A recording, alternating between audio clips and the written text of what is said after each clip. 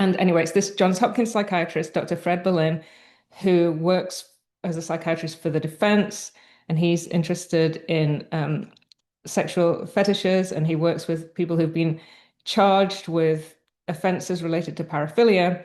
And so I've been doing forensic evaluations for him for a long time. And that's really how I got interested in sexology and the history of sexology and paraphilia and fetishism. And I'm particularly interested in these two sexologists, early sexologists, didn't call themselves sexologists, who really went against the grain. So the first I'm going to talk about is Richard Krafft-Ebing, who lived 1840 to 1902.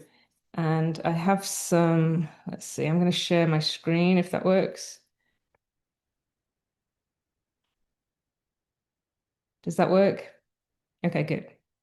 So he was a German psychiatrist and he was from a very, very high-ranking family, a noble family, a titled family, actually.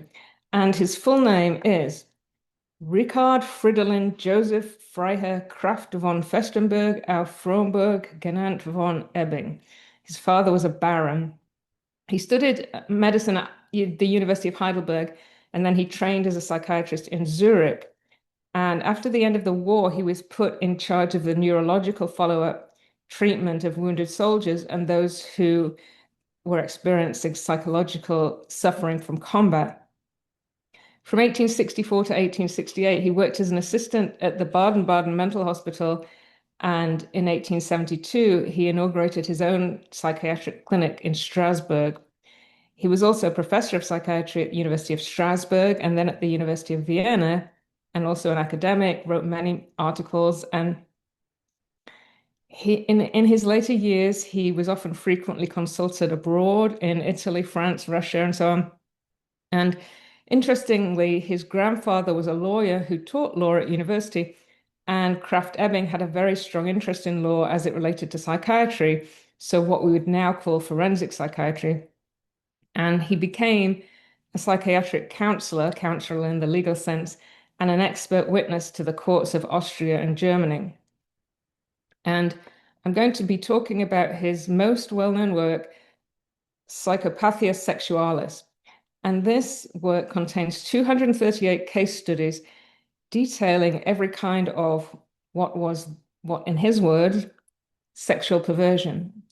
It was first published in Germany in 1886, and it was translated from German into English in 1892. So there were many, many editions of this book.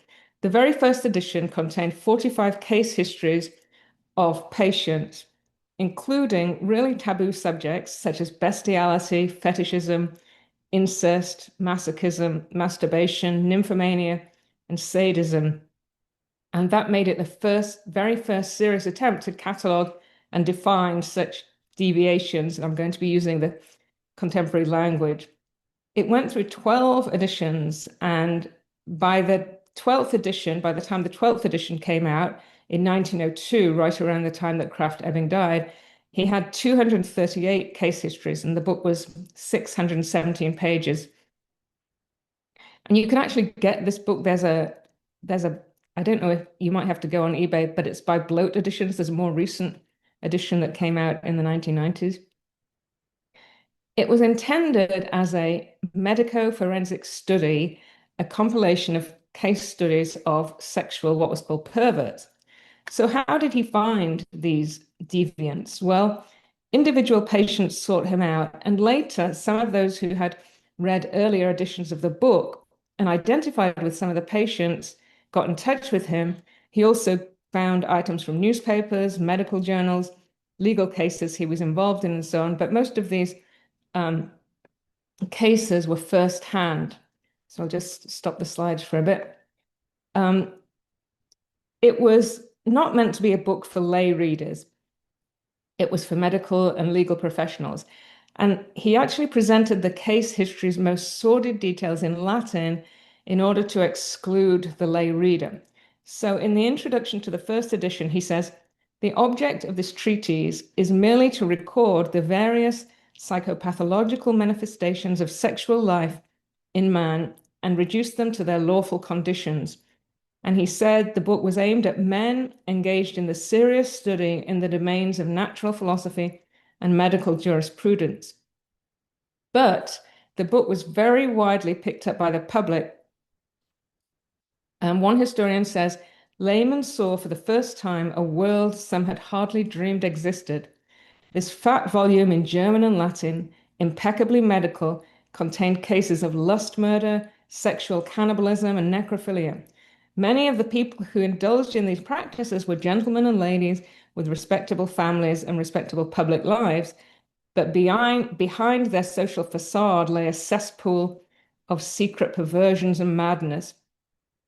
Michel Foucault, in his book, The History of Sexuality, wrote, it established an entire pornography of the morbid.